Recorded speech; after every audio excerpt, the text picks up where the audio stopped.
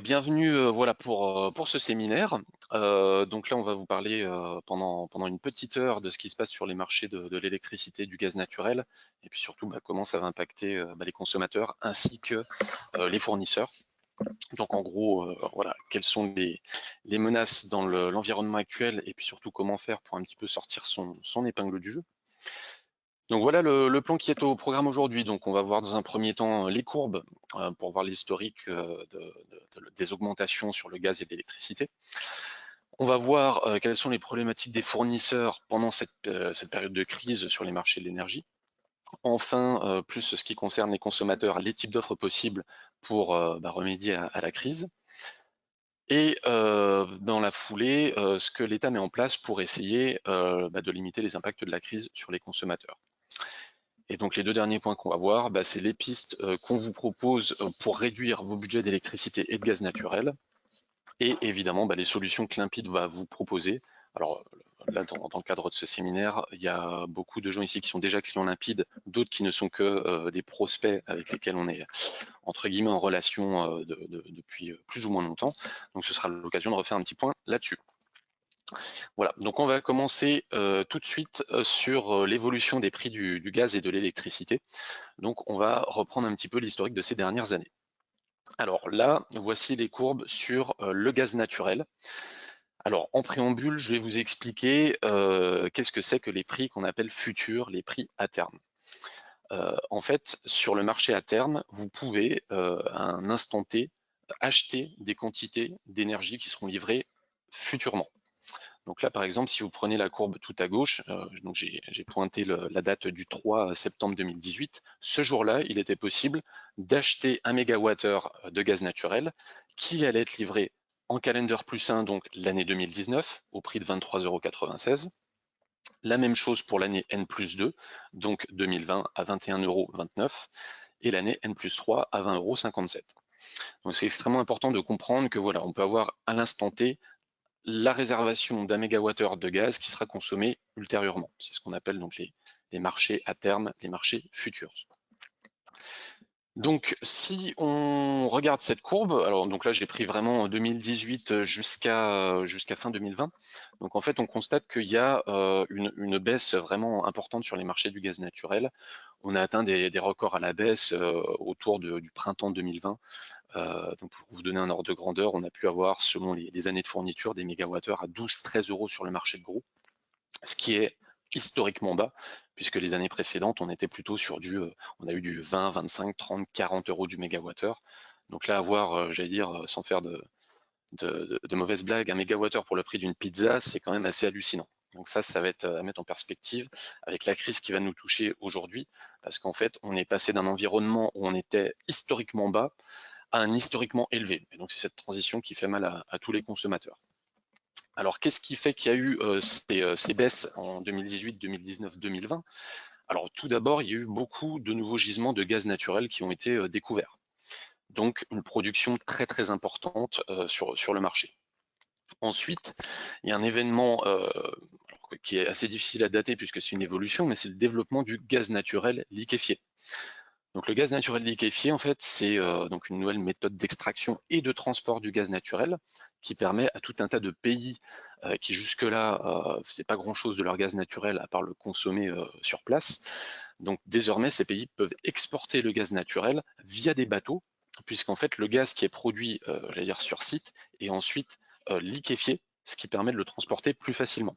Donc il y a beaucoup de pays qui se sont développés sur la production de gaz naturel, comme par exemple l'Australie, qui est un petit peu isolé et qui n'avait pas forcément de pipe pour transporter son gaz, et qui là du coup a exporté de plus en plus de gaz naturel via donc les bateaux dans le cadre du gaz naturel liquéfié.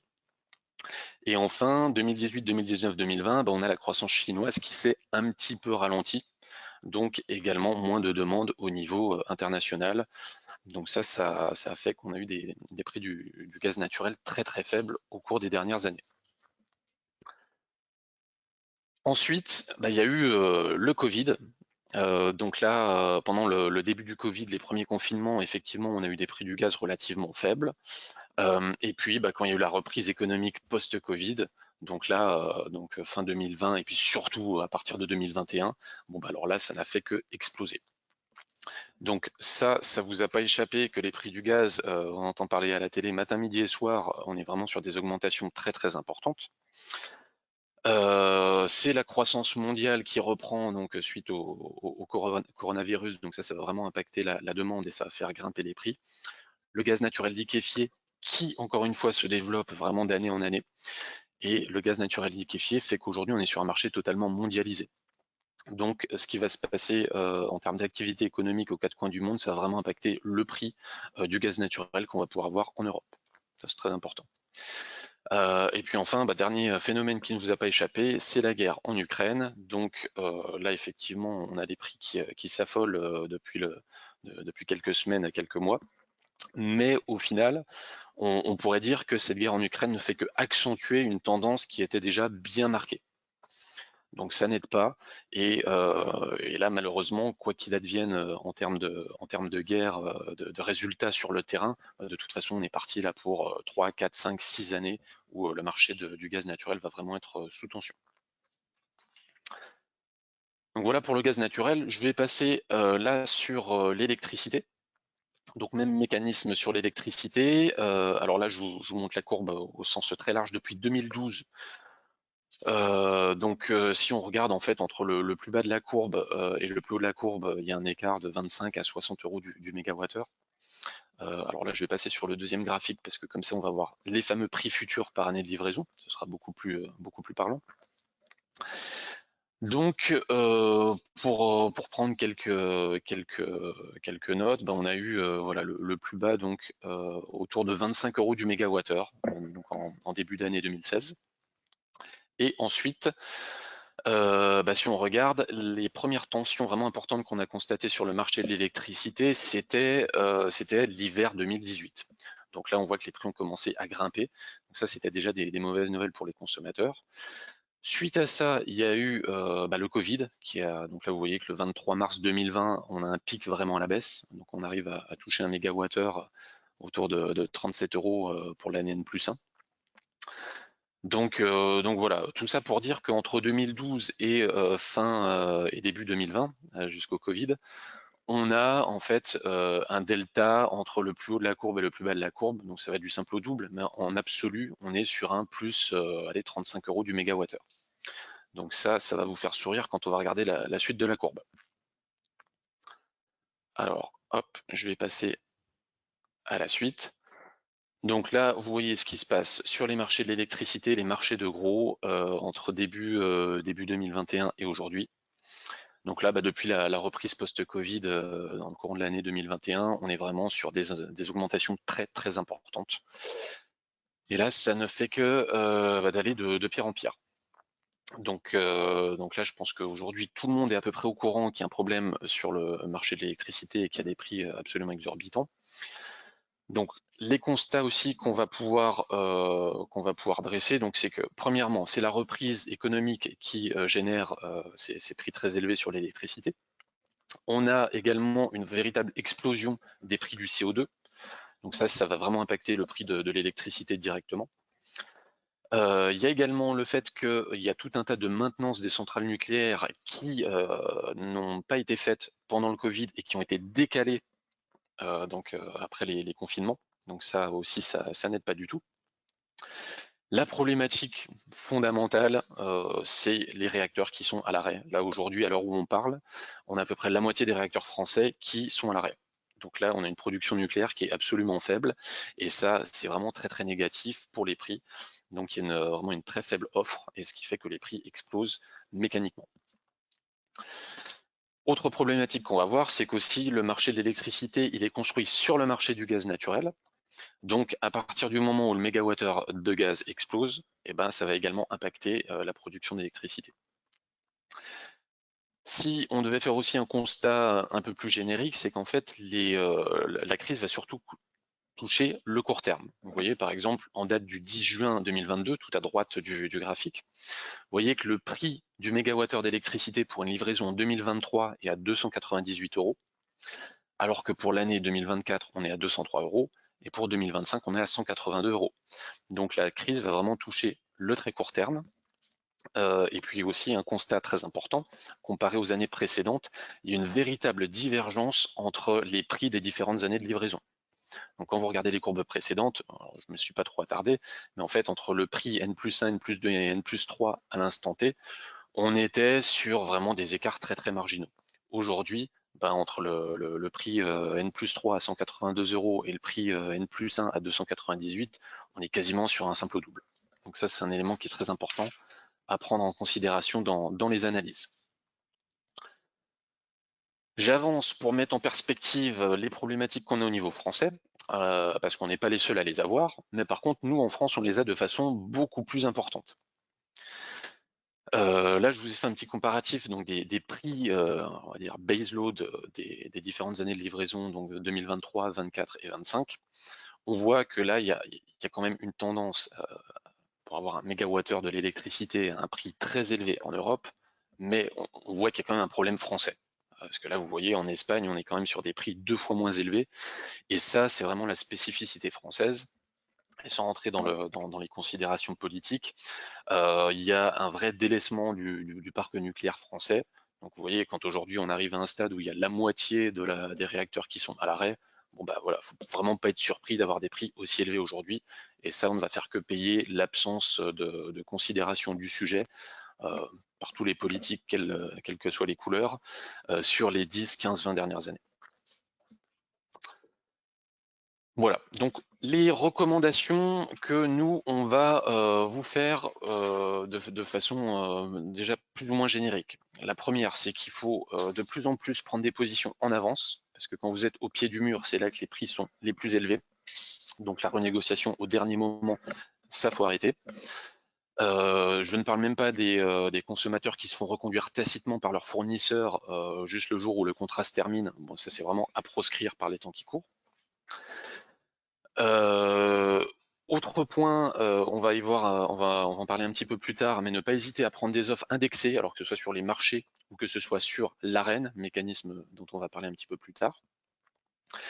Et puis surtout, on va voir ça donc vraiment là d'ici une vingtaine de minutes, vraiment comprendre quels sont les besoins de l'entreprise en termes de visibilité pour ensuite avoir les bonnes stratégies d'achat. Il y a des entreprises qui doivent absolument prévoir le prix de l'électricité sur 1 an, 2 ans, 3 ans. D'autres qui ont un petit peu plus de marge de manœuvre parce que l'électricité ou le gaz représentent des budgets moins importants. Donc ça, c'est vraiment aussi important pour mettre en place une bonne stratégie d'achat.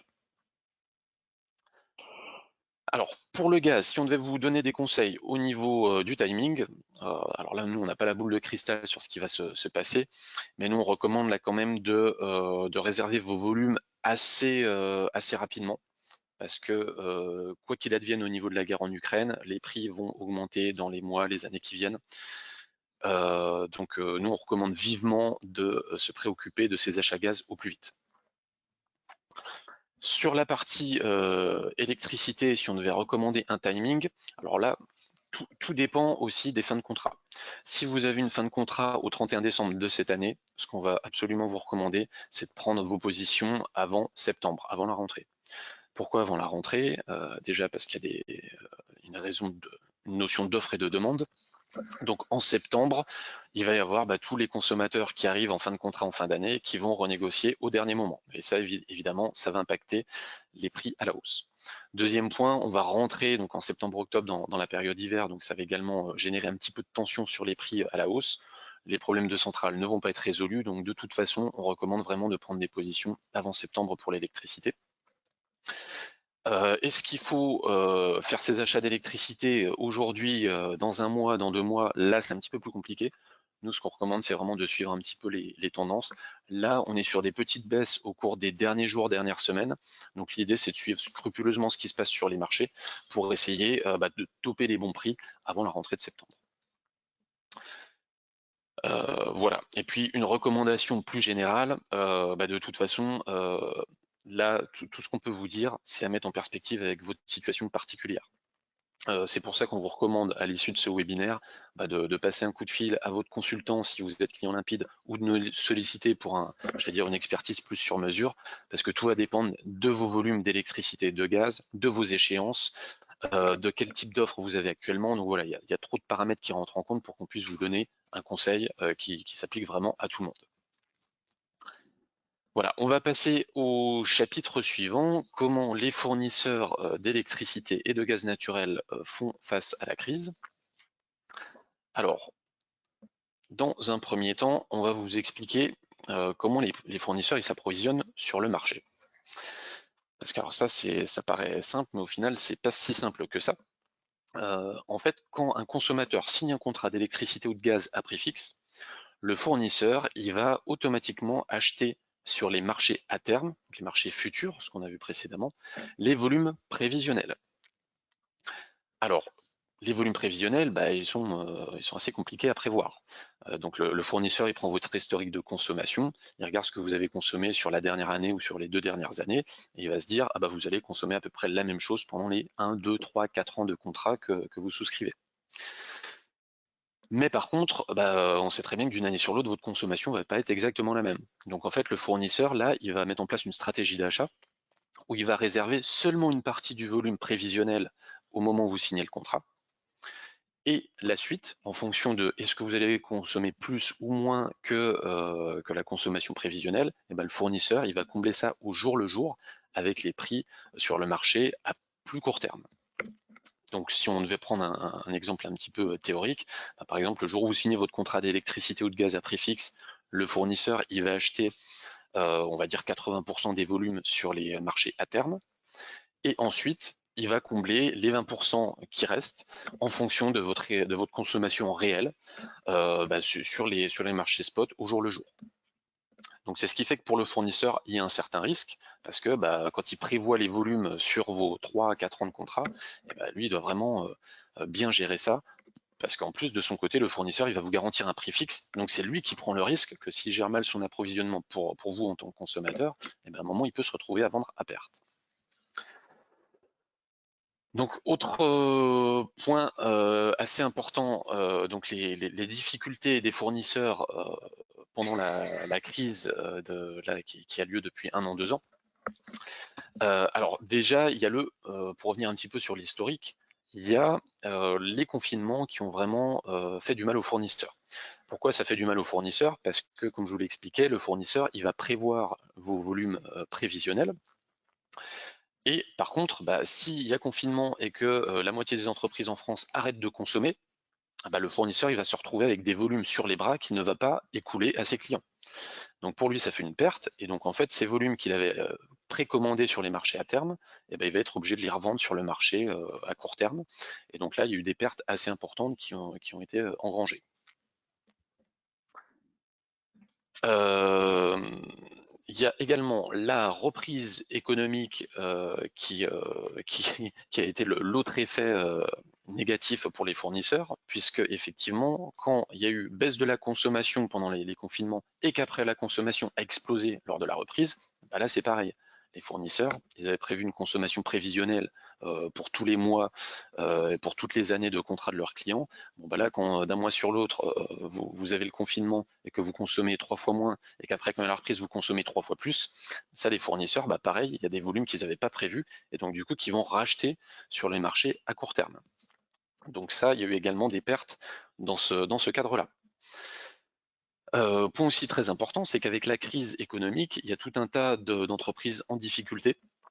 Et donc, bah, pour les fournisseurs, quand ils ont des clients qui font défaut de paiement, et ben effectivement, ça va également leur faire mal. Et puis, plus les prix de l'électricité et du gaz sont importants, bah, plus les défauts de paiement vont impacter bah, le fournisseur. Parce qu'entre un consommateur qui ne paye pas ses 100 MWh que le fournisseur a acheté à 50 € sur le marché, ou la même chose, mais 100 MWh qui ont été achetés à 300 € sur le marché, bah, pour le fournisseur, c'est pas du tout la même ampleur de perte. Donc voilà pour recontextualiser un petit peu. Très concrètement, les difficultés des fournisseurs, ça va se manifester de différentes façons. Alors dans un premier temps, il va y avoir les fournisseurs qui vont faire faillite. Alors ça en France, on est plutôt épargné, mais on est vraiment un des pays d'Europe qui a été le moins touché par les faillites de fournisseurs. L'Angleterre, l'Allemagne, la République tchèque, voilà, tous ces pays-là ont vraiment eu des faillites massives. Nous en France, on est plus ou moins préservé de ça. Alors plus impactant sur le marché français, on a tout un tas de clients, de fournisseurs qui ne vont plus prendre de nouveaux clients. Parce que pour eux, trop de risques. Donc plus le mégawattheure atteint des niveaux élevés, plus pour le fournisseur prendre des nouveaux clients, ça va être un risque. Donc il y en a beaucoup qui n'ouvrent plus leur portefeuille. Donc ça c'est un véritable problème qui va un petit peu mettre en danger la concurrence sur le marché. On a également tout un tas de fournisseurs qui vont modifier les modalités de contrat en cours de route parce qu'ils n'arrivent plus à tenir les prix. Donc ça, on assiste ça surtout sur les fournisseurs pour les particuliers, avec par exemple des fournisseurs qui, au lieu d'assurer des offres à prix fixe, vont dire ah bah voilà, nous on peut plus tenir les prix fixes. Donc en fait, il y a la moitié de votre approvisionnement qui va être acheté sur les prix spot journaliers et l'autre moitié à prix fixe. Et donc comme ça vous fait une moyenne des deux. Avec la contrepartie qui est la suivante, vu que le fournisseur peut plus tenir les prix, il propose ça au client, et si le client refuse entre guillemets cet accord-là, le fournisseur risque de résilier le contrat. Donc voilà, c'est ça aujourd'hui qui va menacer les consommateurs. On assiste également surtout sur le gaz naturel à des fournisseurs, pareil, qui tiennent plus les prix et qui vont proposer en fait un avenant à leur contrat qui les lie au client, en proposant aux clients de maintenir entre guillemets le contrat qui les lie, mais par contre de revoir le prix de vente à la hausse. Donc là, on a plusieurs fournisseurs de gaz qui sont touchés par ça. On va en citer quelques-uns, on a notamment parmi les plus gros Antargaz et Picoty, qui à un moment ont peut-être mal géré leur approvisionnement pour leurs clients et qui se sont retrouvés à ne plus pouvoir tenir les prix. Et donc là, encore une fois, le dilemme proposé à leurs clients était le suivant. Soit vous acceptez qu'on continue le contrat et on revoit les prix à la hausse, soit on casse le contrat. Et pour le consommateur, casser le contrat, c'est extrêmement dangereux, parce que du coup, si le contrat est cassé, le client doit prendre un nouveau contrat auprès d'un nouveau fournisseur, dans les conditions actuelles du marché, qui sont bien évidemment plus mauvaises que ce que le client avait pu signer à l'époque avec son fournisseur. Donc là, entre guillemets, le client n'a pas vraiment le choix. Donc là, c'est des situations qui se sont produites sur de nombreux fournisseurs au cours des derniers mois.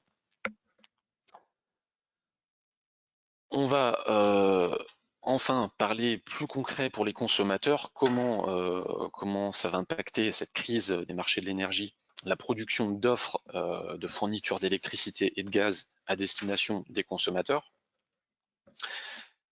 Donc déjà, l'idée globale qu'il faut retenir, c'est qu'avec la crise, la concurrence, on a pris un petit coup dans l'aile, comme on dit. Premièrement, déjà, comme je vous le disais, il y a de nombreux fournisseurs qui ne se positionnent plus pour conquérir de nouveaux clients. Certains ne se positionnent même plus pour renouveler leurs clients actuels. Vous voyez, déjà, on coupe pas mal de possibilités de renégociation. On a de plus en plus de fournisseurs qui vont mettre des conditions et qui vont en fait se positionner seulement sur certains types de consommateurs. Donc par exemple sur le gaz naturel, vu qu'il est très compliqué de gérer l'approvisionnement pour les consommateurs qui utilisent le gaz pour du chauffage, parce qu'on ne sait pas l'hiver, dans 1 an, dans 2 ans, dans 3 ans, en quelle mesure ça va être froid et quelle va être la consommation des clients. Donc il y a des fournisseurs qui disent ah bah voilà, on arrête de prendre ce qu'on appelle les thermosensibles, ceux qui vont être très fonction j'allais dire du climat et puis de la rudesse de l'hiver, et on va se concentrer sur ceux qui ont une consommation plus facilement prévisible, donc les industriels qui consomment de façon très plate, de la même façon de janvier à décembre. Ensuite, autre impact sur la production d'offres, certains fournisseurs qui vont plus commercialiser certains types d'offres. Donc plus les prix sur les marchés à terme sont importants, plus il y a des fournisseurs qui refusent de faire des offres à prix fixe, parce que pour le fournisseur, ça veut dire réserver des volumes sur le marché à terme à des niveaux de prix très très importants. Et donc là, s'il y a erreur dans l'approvisionnement, mauvais calcul ou défaut de paiement du client, le fournisseur se retrouve avec des volumes très très importants, avec des prix qui sont très élevés. Donc par exemple, pour vous donner quelques exemples très factuels, il y a des fournisseurs qui disent ah bah voilà, 2022, si un début de fourniture en 2022, on ne fait pas de prix fixe, donc on ne fait que des offres indexées sur les marchés. Pour les fournisseurs, ça fait moins de risques, puisque du coup, ils achètent au jour le jour sur le marché les quantités qui vont être vendues à leurs clients, donc comme ça, beaucoup moins de risques. Et donc ça, c'est un exemple très concret. Aussi, il y a des fournisseurs qui vont limiter les débuts et les fins de contrat. Il y a quelques années, quand le marché était très calme, on a des fournisseurs qui pouvaient proposer de bloquer des prix sur 2 ans, 3 ans, 4 ans, 5 ans, même parfois plus dans certains cas.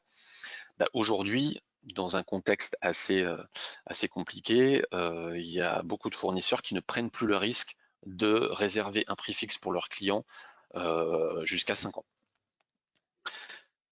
Aussi, une des conséquences très manifestes, et là qui va toucher votre portefeuille en tant que consommateur, c'est que les fournisseurs, dans le contexte actuel, vont remonter leur niveau de marge. Parce qu'effectivement, les prix sont très volatiles sur les marchés, les prix sont à des niveaux très élevés, donc il y a plus de risques à tous les niveaux, donc les fournisseurs vont remonter leur niveau de marge. Donc n'oublions pas que le prix de vente qui va être vendu au client final, ce n'est que le prix du marché, plus les coûts de commercialisation du fournisseur, plus sa marge. Vous voyez, si la marge augmente, ça va impacter directement votre prix du gaz, votre prix de l'électricité. Autre conséquence, là je vous fais une liste vraiment très non exhaustive, mais assez que vous puissiez voir les aspects concrets de ça.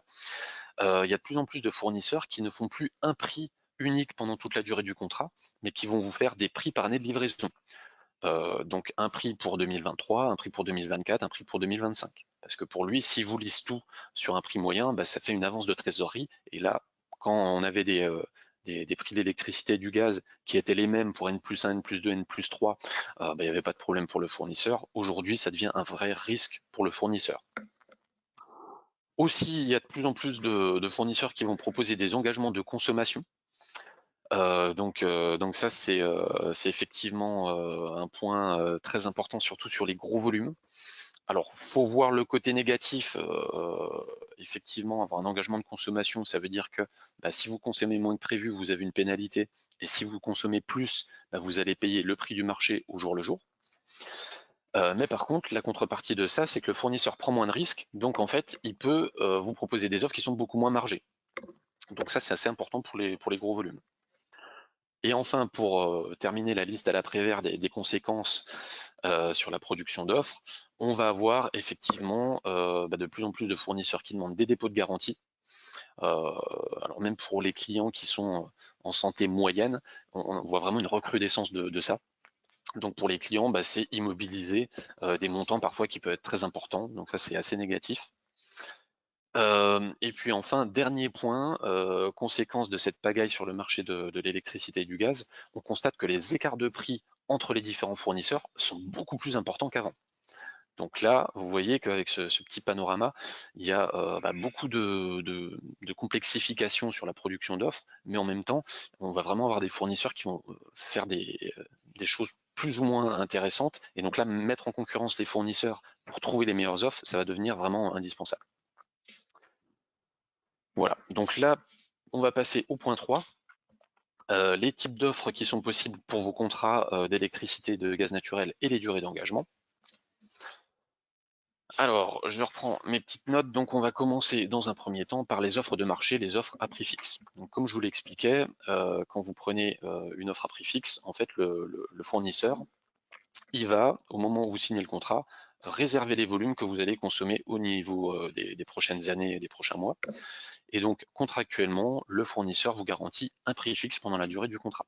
Ça, c'est le contrat classique que tout le monde avait avant les années 2018, avant que les prix augmentent. Donc ça, je ne m'attarde pas trop dessus. À partir du moment où les prix fixes explosent, donc sur les fameux marchés à terme, se développent notamment sur l'électricité ce qu'on appelle les offres AREN. Alors l'AREN, c'est l'accès régulé à l'énergie nucléaire historique. Et en fait, c'est un mécanisme qui permet à tous les fournisseurs d'avoir un prix régulé par l'État. Donc c'est le fameux prix nucléaire régulé par l'État, qui à la base vaut 42 € par mégawattheure, et par contre qui est en quantité limitée. Donc quand on est sur un marché où le mégawattheure d'électricité vaut 300 € pour l'année N+1 et que le mécanisme AREN permet aux fournisseurs d'avoir un prix à 42 €, là il y a un vrai intérêt. Donc c'est ce qui permet aujourd'hui aux consommateurs d'avoir des prix plus faibles. En revanche, il y a des risques liés à ça.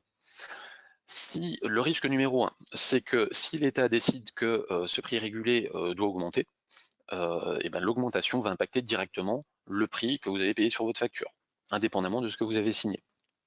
Donc ça, c'est un des premiers risques. Et le deuxième risque qu'on va avoir, c'est que ce volume d'AREN, donc ce volume à prix régulé, est vraiment limité. Donc aujourd'hui, on a 100 TWh, donc à peu près un quart de la production nationale. Et qu'est-ce qui va se passer? C'est qu'en ce moment, vu que les prix explosent, tout le monde veut de l'arène, donc tout le monde demande de l'arène et il n'y en a pas pour tout le monde. Quand il n'y en a pas pour tout le monde, qu'est-ce qui va se passer?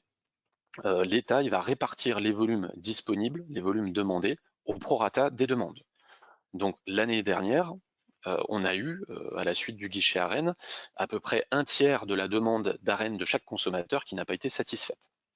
De ce fait, ce tiers qui n'a pas été satisfait pour tous les consommateurs, les fournisseurs l'ont acheté sur le marché de gros de l'électricité à des prix du coup qui étaient beaucoup plus importants.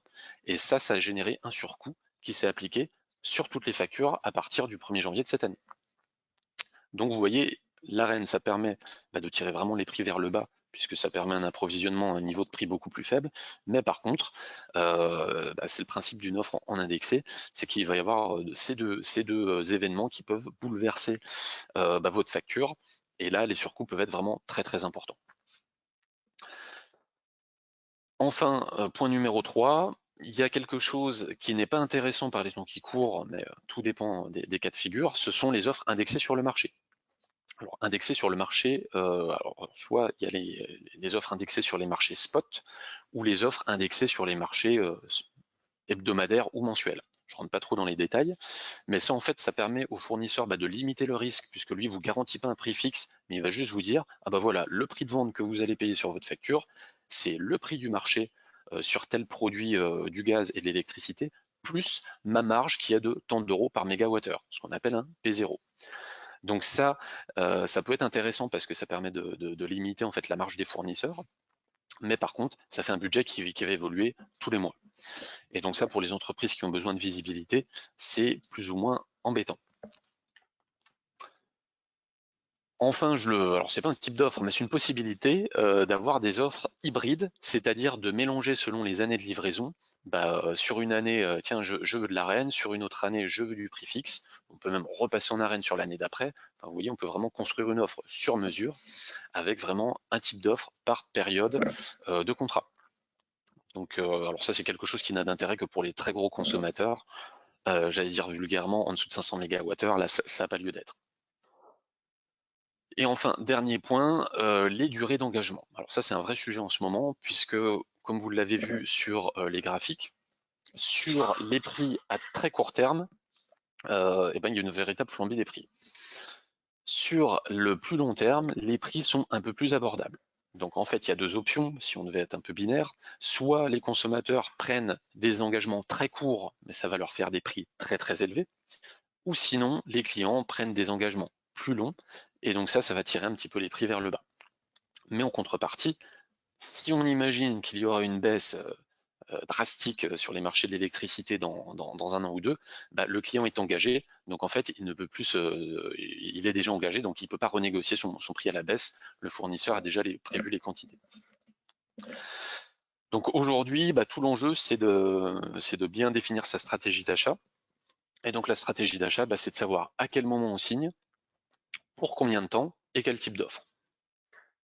Donc voilà, là-dessus, on peut, nous, en tant que cabinet de conseil, vraiment faire des recommandations sur mesure pour définir votre stratégie d'achat, parce que vous voyez que c'est assez complexe dans le contexte actuel. On va passer au point suivant pour vous dire un petit peu où est-ce qu'on en est des aides de l'État pour les consommateurs, parce qu'on en parle beaucoup sur les consommateurs particuliers, mais beaucoup moins sur les professionnels. Alors, premier point, on a eu un gros geste fiscal qui a été acté au 1er février 2022. Donc tous les consommateurs professionnels ont eu un taux de taxation de l'électricité, donc sur la CSPE, la contribution au service public de l'électricité, à taux réduit. Pour vous la faire simple, la CSPE à taux plein c'est 22,50 € par mégawattheure, et avec le taux réduit, toutes les entreprises sont à 0,50. Vous voyez, de 22,50 à 0,50, on ne va pas dire qu'il y a suppression, mais pas loin. Donc ça a été mis en place ça a été effectif à partir du 1er février 2022 pour 12 mois, donc jusqu'au 1er février 2023. Donc là, si on résume, ça fait 22 € par mégawattheure de gagné par les entreprises. Donc c'est ça, c'est un bon coup de pouce. Voilà. Alors ensuite, Pour donner également un coup de pouce aux fournisseurs et donc indirectement aux clients, l'État a mis en place des volumes d'Arenh supplémentaires. Comme je vous l'avais dit précédemment, l'Arenh c'est limité à 100 TWh en quantité. Et donc là, l'État a débloqué à compter du 1er avril 2022 20 TWh supplémentaires d'Arenh, alors à un prix qui n'est plus de 42 mais de 46 € le mégawattheure. Donc ça a permis un petit peu de faire redescendre à partir du 1er avril les surcoûts à Rennes pour les consommateurs qui avaient subi le surcoût au 1er janvier 2022. Enfin, point numéro 3, il y a une aide là très récente qui a été mise en place, alors là une aide qui est vraiment financière, alors qui va concerner surtout les très gros consommateurs, puisqu'il s'agit des consommateurs pour lesquels l'énergie représente au moins 3% du chiffre d'affaires. Donc là vous voyez ça concerne pas grand monde. Le deuxième critère qu'il faut cumuler, il faut que l'énergie, que le prix de l'énergie ait plus que doublé entre 2021 et 2022. Et en plus de ça, il y a un conditionnement en fonction de la baisse de l'EBE, de l'excédent brut d'exploitation de l'entreprise. Donc ça, pareil, on peut vous indiquer sur mesure si vous êtes concerné en faisant un petit point avec vous, mais là on va pas se mentir, c'est vraiment pour les très gros consommateurs qui consomment des centaines, voire des millions d'euros d'électricité et de gaz naturel. Donc voilà pour les aides. Donc là, c'est les 3 qu'on a en ce moment pour les professionnels. On attend de voir un petit peu ce qui pourrait se passer dans les mois, les années qui viennent. La grosse inquiétude qu'on a, c'est que en fait la crise, elle n'est pas tant temporaire, elle est surtout structurelle. Donc en fait, voilà, ces aides-là, est-ce qu'elles vont s'éterniser ou pas? Donc ça, ce sera le gros sujet à suivre dans les semaines, mois et années qui viennent. Alors, point numéro 5, là, je vais vous faire une petite liste des pistes que vous avez en tant que consommateur pour réduire vos budgets d'électricité ou de gaz naturel. Alors effectivement, on peut, par les temps qui courent, on ne fait pas trop de magie, mais on peut vous donner des pistes qui sont à explorer. Alors là, c'est pas exhaustif, hein, mais je vous ai mis vraiment les pistes principales. Donc, la première qu'on va voir, ça va être de consommer moins. Bon, alors là, je suis pas très créatif en vous disant ça. Mais pour être plus simple, pour être plus efficace, nous, Limpide, on peut vous aider à faire des audits qui vous permettent de voir quelles sont les consommations, entre guillemets, superficielles et inutiles. Alors, pour tous les consommateurs qui sont en haute tension, on peut étudier graphiquement sur vos courbes de charge les consommations qu'on appelle résiduelles, et on peut identifier assez facilement du coup les consommations qui sont potentiellement évitables. Dans la logique de consommer moins, il ne faut pas oublier également que l'État a mis en place, ça fait plusieurs années, un dispositif qui s'appelle les C2E, certificats d'économie d'énergie, et qui permettent en fait de financer les machines qui permettraient de faire le même travail en consommant moins d'électricité ou moins de gaz. Et donc ça, c'est un sujet très important parce qu'on peut avoir des financements qui peuvent aller jusqu'à 100% dans des cas un petit peu particuliers. Mais la meilleure solution pour baisser votre budget, c'est de consommer moins et donc d'avoir des machines, des équipements qui vont être moins énergivores, et puis aussi d'avoir une meilleure isolation. Donc sur ces deux sujets, les machines et l'isolation, il y a des aides de l'État pour les entreprises, et donc ça c'est très intéressant quand on peut en bénéficier. Deuxième point, ce qu'il faut savoir, c'est qu'il y a des consommations qui sont vraiment plus chères que d'autres, notamment les consommations qu'on appelle de pointe. Alors la pointe, on appelle ça la pointe, c'est les consommations sur certaines périodes en hiver pendant lesquelles le réseau est un petit peu en difficulté. Et donc ça va être très négativement impacté en termes de prix par 3 composantes. Premièrement, vous allez avoir des coûts d'acheminement beaucoup plus importants sur la pointe. Deuxièmement, si vous avez pris une structure de prix euro-saisonnalisée chez votre fournisseur, la pointe va être 2, 3, voire 4 fois plus chère que les autres postes euro-saisonniers. Et enfin, dernier point, quand vous consommez sur les périodes de pointe, ça va générer ce qu'on appelle une obligation de capacité qui va faire l'objet d'une ligne sur votre facture en électricité qui s'appelle mécanisme de capacité et qui aujourd'hui va représenter entre 5 et 12 € du mégawattheure selon le profil, on va dire, de l'entreprise. Donc si vous évitez de consommer sur la pointe, vous vous épargnez tous ces surcoûts. Alors la pointe, je ne vais pas trop rentrer dans les détails, mais selon vos modalités d'acheminement, il peut y en avoir deux. Il y a soit la pointe mobile, Donc la pointe mobile, ça va être 10 à 15 jours par an, et c'est en fait le réseau RTE qui va les décréter quand il est vraiment en difficulté, donc il les décrète de la veille pour le lendemain. Donc là, c'est vrai que c'est assez compliqué d'anticiper ça. Mais en général, la plupart des petits consommateurs sont sur ce qu'on appelle une pointe fixe. Et donc là, les heures de pointe, ça va être du lundi au vendredi, de 9h à 11h et de 18h à 20h, et sur la période de décembre à février. Donc toutes ces consommations-là, effectivement, si on peut les éviter pour une entreprise, eh ben vraiment, il faut le faire. Troisième point, réorganiser sa production. Donc là, de façon plus générale, en fait, vous avez des coûts d'acheminement et des coûts de fourniture d'électricité qui, en général, sont plus importants sur les périodes d'hiver et sur les périodes, ce qu'on appelle les heures pleines. Et en revanche, bah, les heures creuses et les heures d'été vont être beaucoup moins chères en termes de coûts d'acheminement et de prix de fourniture. Donc pour les entreprises qui le peuvent, il faut vraiment décaler vos productions, donc le soir ou le matin pour les entreprises pour les industries qui peuvent faire les 3-8, et sur la partie été quand le carnet de commandes le permet.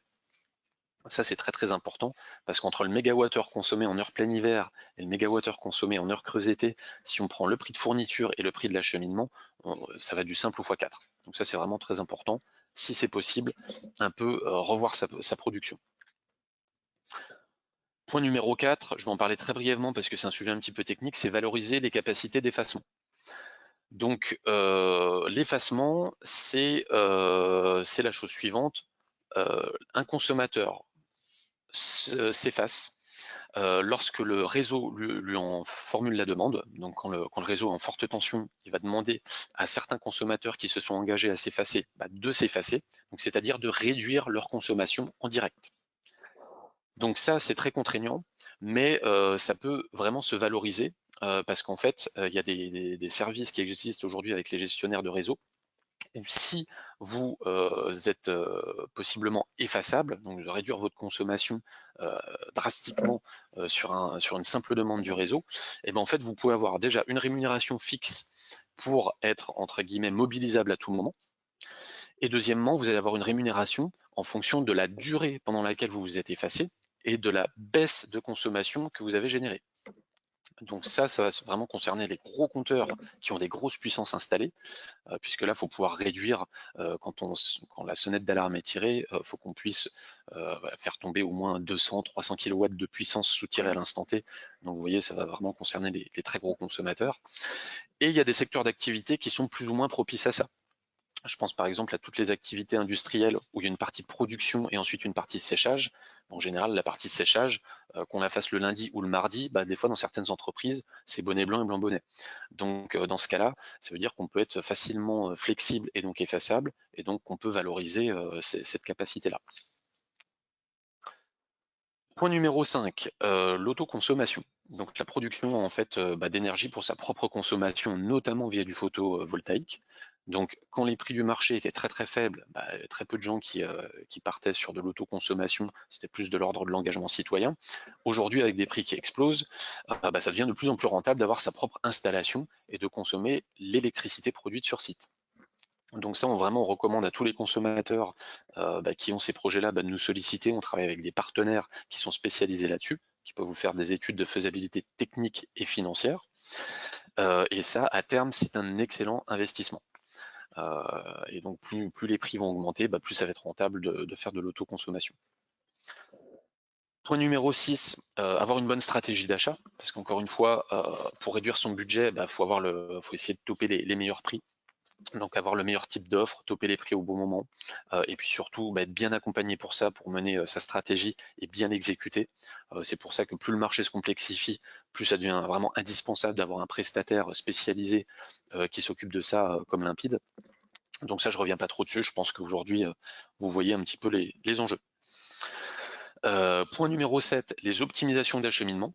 Alors là, c'est des gains à la marge sur les petits consommateurs, mais sur les gros consommateurs, on peut modifier les modalités d'acheminement et revoir les puissances souscrites afin de réduire un petit peu le budget acheminement, le budget TURP en électricité. Donc ça peut toujours être quelques milliers d'euros par an à d'économiser sur les gros consommateurs, c'est toujours bon à prendre. Sur la partie gaz, vous avez également la même chose, mais alors là, ça va concerner vraiment les gros compteurs, ce qu'on appelle les compteurs T4, qui ont des capacités journalières souscrites. Donc un petit peu marginal, parce que alors là, ça va être pour les consommateurs qui ont vraiment plusieurs gigawattheures tous les ans.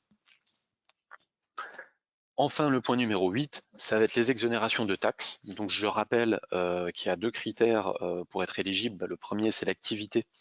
Donc il faut être soit industriel, soit sinon il y a j'allais dire un, un petit cas particulier pour les boulangers artisanaux qui peuvent en bénéficier théoriquement. Ça, c'est le premier critère, l'activité. Deuxième critère, là c'est un petit peu plus compliqué parce que c'est des ratios d'électro-intensité ou des usages spécifiques de l'électricité et du gaz. Si vous êtes éligible à des exonérations de taxes sur l'électricité et sur le gaz, en fait, vous pouvez vous faire rembourser le rétroactif, le trop payé sur l'année en cours et les 2 années précédentes. Alors l'année en cours, comme vous l'avez indiqué sur l'électricité, il n'y a plus rien à récupérer parce que vous êtes déjà tous sur un taux réduit. Mais par contre, ceux qui n'auraient pas fait ces démarches peuvent potentiellement se faire rembourser les taxes de 2020 et de 2021. Donc ça peut être un bon coup de cash flow qui peut aider les industriels qui sont éligibles à ça. Voilà, donc là je vous ai fait une liste, j'allais dire assez courte, parce qu'au final on pourra avoir plus d'éléments pour réduire les budgets d'électricité et de gaz. Mais là, c'était vraiment les 8 pistes principales qui peuvent s'appliquer au plus grand nombre. On va passer à la partie suivante, donc la dernière avant les questions. Alors, les solutions que Limpide peut vous proposer pour vous aider dans le sujet de l'énergie. Alors, là, je récapitule parce qu'on a parmi les gens là qui sont présents aujourd'hui dans le cadre du séminaire, on a des clients qui nous connaissent bien et puis d'autres avec qui on est en contact commercial, mais pour lesquels on n'a encore pas travaillé sur le sujet. Donc, je vais faire un petit récap très rapide. Donc, nous, Limpide, on travaille sur toutes les composantes de la facture. Le premier point, on va vous proposer des services d'exonération de CSPE et de TICGN, donc les fameuses taxes sur l'électricité et le gaz naturel. Donc là, on a des services clés en main, on s'occupe vraiment de toutes les démarches, on s'occupe de tout et notre rémunération elle est au succès. Donc on est payé une fois que l'entreprise se fait rembourser par l'État, donc si et seulement si ça marche. Donc ça, c'est vraiment l'idéal pour toutes les entreprises qui sont concernées, qui pourraient être concernées. N'hésitez pas à nous solliciter pour un devis. On peut gratuitement et sans engagement vérifier votre éligibilité à ces mécanismes et puis chiffrer les montants qui sont en jeu. Point numéro 2, on a des services pour l'optimisation des coûts d'acheminement. Donc là, pareil, du clé en main, on est rémunéré au succès en fonction de l'économie générée une fois qu'on a mis en place les nouvelles modalités d'acheminement. Donc là, pareil, vous pouvez nous solliciter pour une étude, voir si chez vous, vous êtes bien calibré ou s'il y a vraiment des choses à faire pour optimiser tout ça et réduire vos coûts. Donc là, n'hésitez vraiment pas, pour nous, c'est assez rapide d'identifier ça. Et ça peut représenter vraiment des milliers, je crois que sur nos plus gros clients, pour vous donner un ordre de grandeur, sur 3 gigawattheures d'électricité par an, on avait pu optimiser à peu près 10 000 euros. Donc là, c'est pas duplicable sur tous les consommateurs, mais ça vous donne un bon ordre de grandeur. Et enfin, le point numéro 3, là où Limpide propose les solutions les plus pertinentes dans le contexte actuel, c'est sur la renégociation des contrats de gaz et d'électricité. Donc, on a aujourd'hui 2 solutions qu'on va décliner. Donc, on a une solution de courtage gratuit pour le petit consommateur. Donc là, on va simplement faire une aide à la contractualisation en présentant les offres de nos fournisseurs partenaires. Donc, on en a 6, 7, 8 qu'on est en mesure de proposer à nos clients. Et donc, on compare les offres, on négocie les meilleurs prix pour nos clients et on est rémunéré côté fournisseur, d'où le côté gratuit pour le consommateur. Alors ça, on va le recommander vraiment aux petits consommateurs parce que c'est plutôt des offres, on va dire, standardisées. Et puis, c'est vraiment une action juste sur la partie renégociation. Il n'y a pas, après, voilà, on n'a pas de suivi comme ça peut être le cas dans une prestation de conseil. Deuxième solution qu'on va proposer, c'est notre service de conseil et d'accompagnement. Donc là, qui va vraiment être dédié aux plus gros consommateurs. Alors là, pour donner une fourchette pour que ce soit plus parlant, pour moi, gros consommateur, c'est plus de 600-700 MWh en gaz et c'est plus de 500 MWh en électricité par an. Donc là, pour ces consommateurs-là, on recommande vraiment notre prestation de conseil parce qu'en fait, on va être rémunéré côté client Donc déjà, on a une rémunération transparente, contrairement au modèle précédent. Et puis surtout, on va avoir accès à tous les fournisseurs du marché pour renégocier votre contrat d'électricité et de gaz naturel.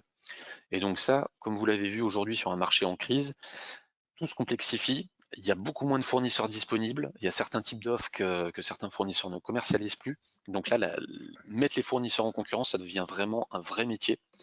Et donc là, le fait d'accéder à 50 fournisseurs sur le marché, c'est vraiment très très intéressant. Outre ça, il y a vraiment une logique de conseil et de suivi dans la durée. Et donc aujourd'hui, pour tous les gens qui ont des budgets qui dépassent les 100 000, 150, 200 000 euros, on va vraiment recommander d'avoir un professionnel qui suit, qui va vérifier les factures, qui va donner des conseils pour les petites optimisations en cours de contrat, etc. etc. Donc ça, c'est vraiment notre solution phare aujourd'hui qu'on commercialise le plus, parce qu'aujourd'hui, vraiment, les consommateurs, ils ont besoin d'être accompagnés. Alors, sauf les très grosses entreprises qui ont un acheteur qui est dans l'électricité, dans le gaz naturel matin, midi et soir, mais ça concerne très peu d'entreprises. Donc pour les plus petites qui ont des gros budgets quand même, on va recommander vraiment ces solutions de conseil. Voilà. Donc on n'est pas trop mal niveau timing parce qu'il est 11h22 et donc on arrive à la partie questions-réponses. Donc il va nous rester un bon 8 minutes pour les questions-réponses. Alors, je ne maîtrise pas l'outil sur lequel on fait ce webinaire, donc je vais regarder en direct. Je vous invite à écrire vos questions et comme ça, je vais pouvoir y répondre. Et entre-temps, je vais boire un petit verre d'eau parce que là, parler pendant 3 quarts d'heure, c'est assez compliqué.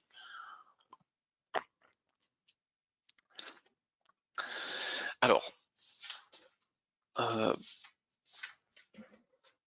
je vois qu'il y a quelques questions qui se mettent en place. Alors, je vois que tout le monde est en train de taper, donc j'attends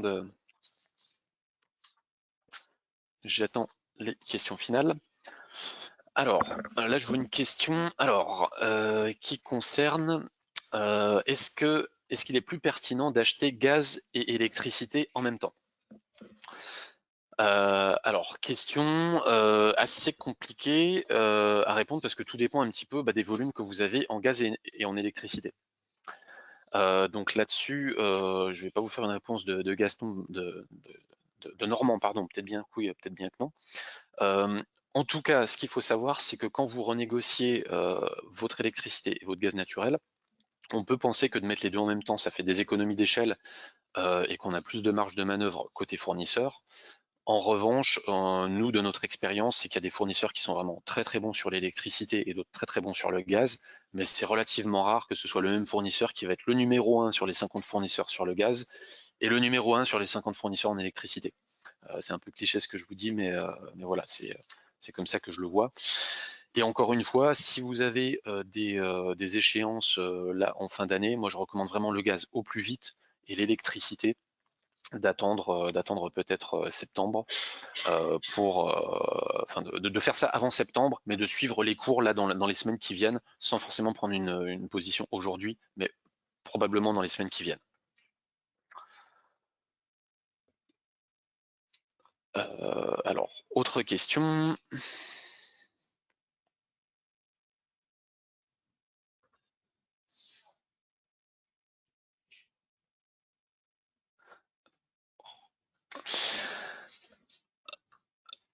Alors attendez, parce que moi j'ai du mal à les voir et là j'ai quelqu'un à côté qui me les écrit parce que je n'y ai pas accès directement. Voilà. Alors,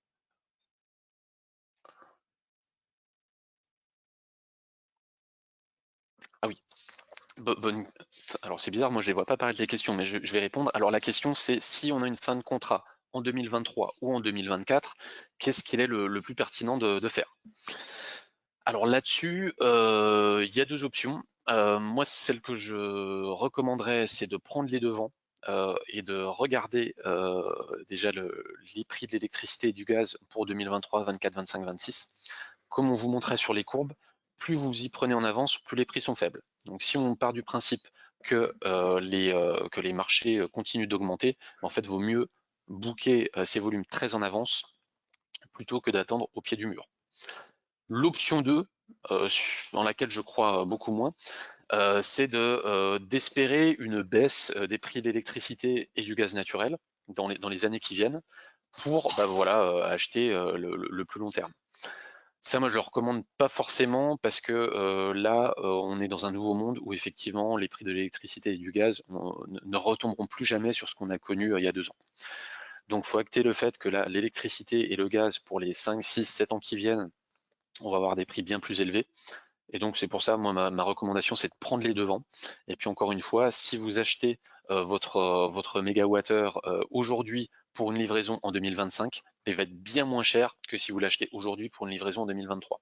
Donc, vu que les courbes vont continuer à augmenter, prenez les devants, c'est vraiment la chose la plus importante que je peux vous recommander. Alors, autre question. Peut-on espérer avoir des prix de gaz bloqués comme cela vient d'être acté pour l'Espagne et le Portugal et ainsi bénéficier de prix électricité réduits? Alors là, quand on voit ce qui se passe en Europe, là, l'unité de l'Europe, là, elle s'est un petit peu effritée. Effectivement, on a chaque pays là qui est en train de mettre en place ses propres mesures. Donc là, vous voyez, je vous avais expliqué ce que la France a mis en place. Donc c'est, on va dire de l'aide financière, hein, tout simplement. Par rapport à, donc pour répondre à cette question, moi je pense qu'il n'y a pas grand-chose à attendre de l'État français sur ce côté-là, à part de la subvention sur l'aspect taxe, des subventions financières pour les gros consommateurs, et puis le mécanisme ARENH qui je pense va être la clé pour un peu alléger la facture. Pour moi, ce qui est mis en place aujourd'hui, l'État français va pas forcément proposer d'autres choses.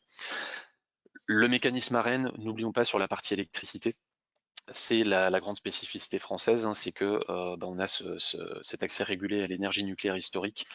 Et donc, même si les centrales sont en difficulté en ce moment, il y a quand même cette production nucléaire qui fait que si l'État français augmente les volumes d'ARENH disponibles, donc on était à 100 TWh, là on a eu 120 TWh avec ce qui s'est passé au 1er avril. Et si l'État français le passait à 150, et bien là vous voyez que tous les consommateurs français puissent obtenir un prix de base régulé à 42 ou 46 euros du mégawattheure selon le prix qui sera fixé par l'État français sur l'ARENH. Je pense que la solution se passe plutôt à ce niveau-là. Je vais prendre une autre question. Quelle heure est-il? Oh, on a encore le temps d'une petite question. Alors, question de Monsieur Grandpierre, comment swapper un achat lorsqu'on est un consommateur entre guillemets petit, entre parenthèses, 1 mégawattheure par an? Alors là, je pense que ça doit être plutôt 1 gigawattheure, parce qu'un mégawattheure c'est très très faible, c'est ce que va consommer un particulier pour son chauffage. Donc effectivement, pour les consommateurs qui ont des volumes importants, donc en général on va parler de plusieurs gigawattheures, il est possible d'avoir des options de swap. Alors le swap, c'est de passer d'un type d'offre à un autre type d'offre en cours de contrat, selon la décision du client. Ça peut être assez intéressant. Alors je prends un exemple, un consommateur souscrit à un contrat aujourd'hui, il commence en indexé, et si jamais on voit que les prix sur les marchés journaliers sur lesquels le client est indexé vont augmenter, et ben, il y a une option de swap qui permet de passer en prix fixe jusqu'à la fin du contrat. Ou pour une certaine tranche, pour un certain achat, pour X méga ou gigawattheures achetés. Donc ça, c'est vraiment des solutions réservées aux gros consommateurs. Et par contre, ça implique en amont d'avoir souscrit à une option de swap dans le contrat. Parce que si vous êtes parti sur une offre indexée pendant toute la durée du contrat, alors là, vous n'allez pas pouvoir swapper si cette option de swap n'est pas incluse dans le contrat. Voilà, donc j'espère avoir répondu aux questions. Je vois qu'il y en a encore d'autres, mais on se fera un plaisir d'y répondre peut-être après le webinaire. En tout cas, de façon plus générale, suite à cette présentation, nous, ce qu'on vous invite, c'est vraiment à prendre contact avec soit votre consultant Limpide si vous êtes client déjà, soit de vous rapprocher de nous pour justement avoir un interlocuteur, pour faire vraiment des études plus sur mesure. Parce qu'alors là, dans le cadre de cette présentation, je vous ai expliqué un petit peu ce qui se passe sur le marché au niveau macroéconomique, les grandes tendances, mais pour donner les meilleurs conseils sur mesure pour vous, votre entreprise, votre achat, votre processus de production, on ne peut faire que du sur mesure. Donc on vous invite vivement à vous rapprocher de nous pour qu'on puisse vous donner les meilleurs conseils. Voilà, donc en tout cas, merci pour votre participation à ce séminaire. Je pense qu'on en aura d'autres dans les mois qui viennent pour vous tenir un petit peu au courant en fonction de ce qui se passe sur les marchés, vous donner toujours plus d'informations sur ce qui se passe en termes de stratégie d'achat, les possibilités, les risques à éviter, etc.